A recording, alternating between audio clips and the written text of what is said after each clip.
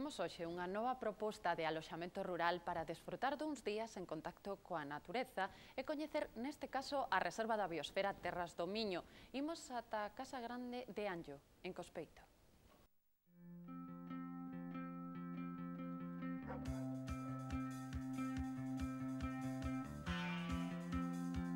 O que fixo esta casa era meu bisavó, non?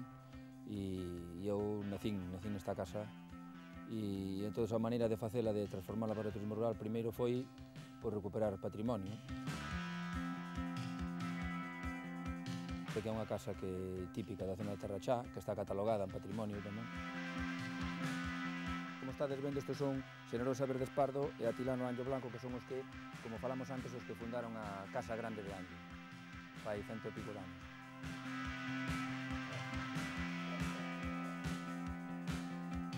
A finca limita co río, como se ve aí embaixo.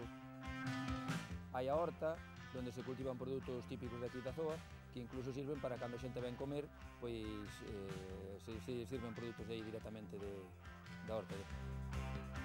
E, bueno, unha extensión grande de terreo que aquí, a veces, cando ven xente a xantar con menos pequenos, pois teñen un sitio onde poder xogar.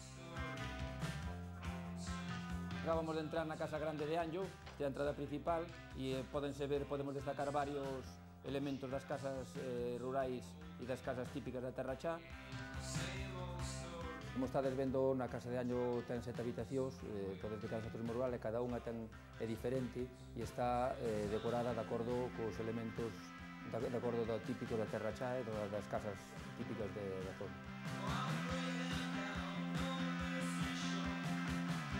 Normalmente traballamos moito con comidas de encargo, non? Traballamos moito a base de produtos típicos da zona, como pode ser o capón de Vilalba, queixo de San Simón, e despois tamén moito cos cocidos do porco celta, porque unha das cousas que é típica da zona é máis tratar de promocionar os produtos da provincia de Lugo. Dende aquí accedemos á sala de exposicións, onde a xente ven a presentar os seus libros, incluso pois a súa pintura.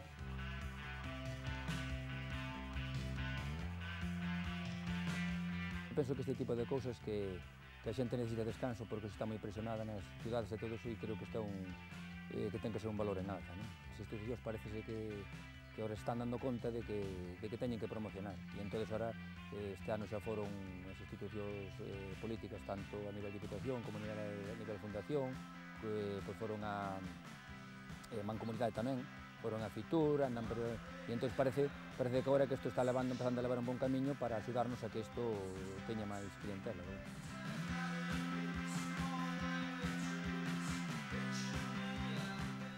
De Cospeito imos ata Sarria, porque hoxe despedímonos cun bo cocido de porco celta.